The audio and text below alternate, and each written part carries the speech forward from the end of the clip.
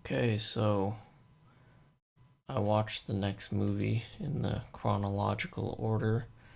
Not obviously a full on Star Wars movie, but one of the spin off films that was actually good, along with Solo and. Was there another one I'm forgetting?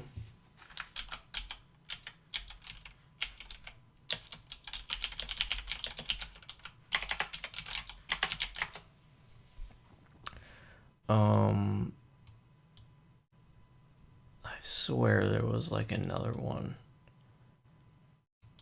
Oh, I guess, okay, it was just Solo and this one. Solo was like the most forgettable movie. I have no idea what that was actually about.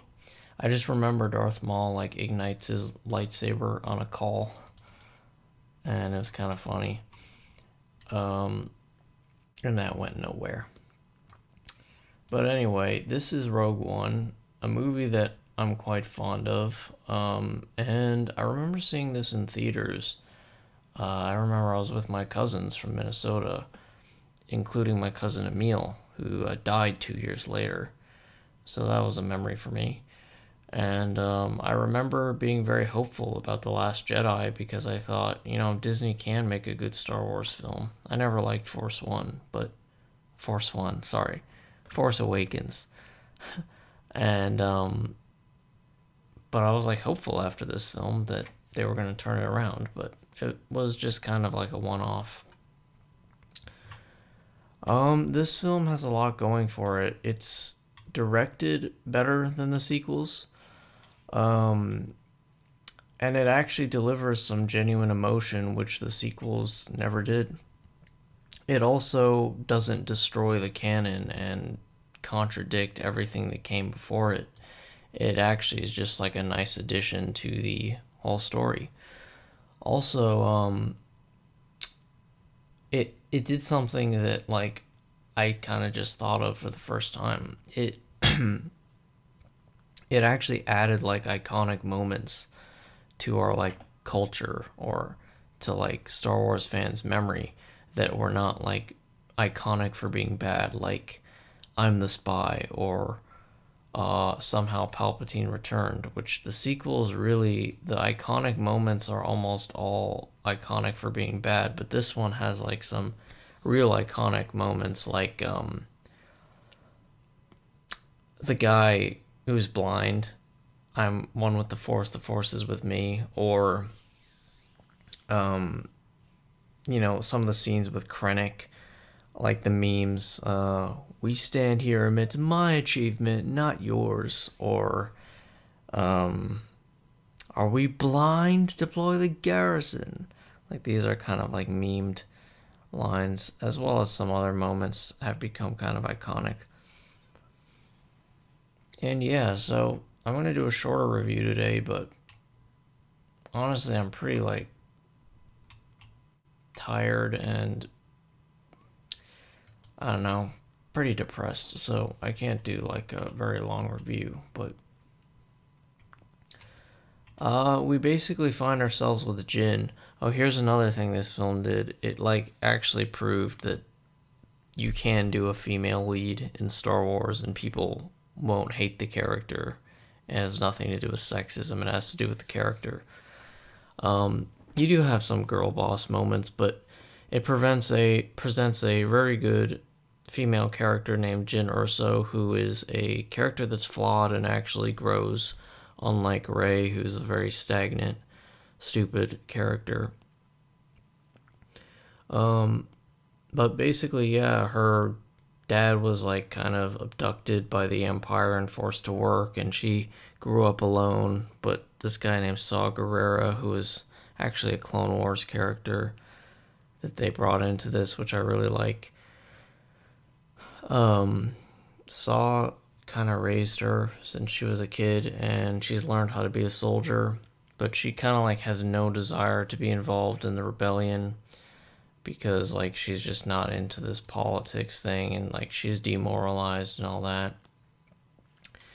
But things go on, and basically she sees her father's message where her father makes an appeal to Saw and makes an appeal to Jin, where he's like tells them about how he's embedded a flaw in the Death Star and that it must be destroyed. And this revives her sort of passion and brings her into the rebellion properly. And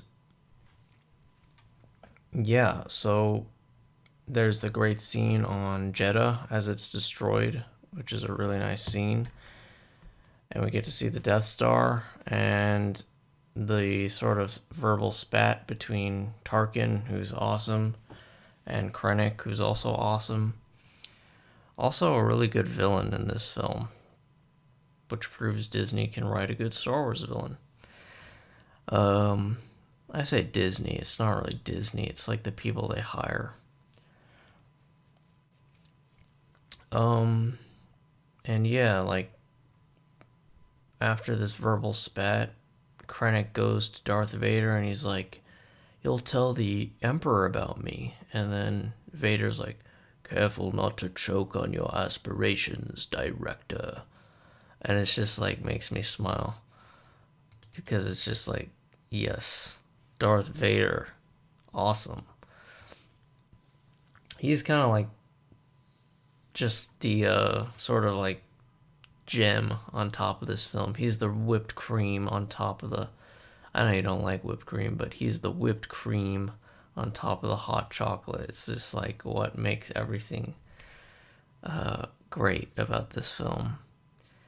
Oh, another guy I should mention is like K2SO was like a really good droid character who, I actually felt for him when he died or blew up. Another great thing about this film is it actually makes you feel stuff, which the Disney movies never made me feel anything but anger, disappointment, sadness, not sadness like at the story, but at the fact they destroyed Star Wars. But I felt nothing for the characters or the story or anything. But this film actually makes you like feel something, which is awesome. And yeah, so Krennic goes to Edu, where basically I'm doing like a very simple synopsis because, like I said, I don't want to do this for too long. Jin's father dies, and she has like one last moment with him where it's very touching. But then they go back to Yavin 4, and like Jin wants to fight. And everyone's like, "No, I don't want to fight." But she and a bunch of other rebels go out on their own to Scarif, and then the big battle ensues, and it's a fantastic scene, or a collection of scenes, and it ends basically with the transmission of the Death Star files and the, death of Cassian and Jin in each other's arms, which is another emotional scene, which I really like. It's quite beautiful. The music, and like they look into the explosion together as they die, which is like kind of like a twist on like looking into the sunset with your like lover. That's kind of like a cliche in movies, but this is like a different take on it, where they're looking into an explosion as they die, and it's really beautiful. And then the film ends with an absolute banger, which is Darth Vader absolutely slaughtering everybody in his path with awesome music, which another thing Rogue One does is like create an S tier Star Wars moment. I'd say it's the only S tier part of the film, I would say, but that part is just amazing, and it like stands up there with like the S tier parts of the rest of the series, and that's an achievement. So yeah, Rogue One, a really good movie. I would consider it probably just about great, like a 9 out of 10. Maybe it's like a high 8. I really enjoy it. I've seen this movie a few times. Like I said, I saw it with my cousins in the theater. I remember it really well. I remember like my feelings about it being that Disney was like gonna make a great trilogy. I thought that like Last Jedi was gonna like right the ship and really deliver something great, but we all know how that ended. And I never have a desire to ever watch those films ever again. I know when a film is like, I need to give it another chance, and the Star Wars sequels, I have no desire to watch them ever. And the funny thing is, they're not even forgettable films. Like, I remember them quite well. I actually wish they were forgettable. That's how stupid and bad they are.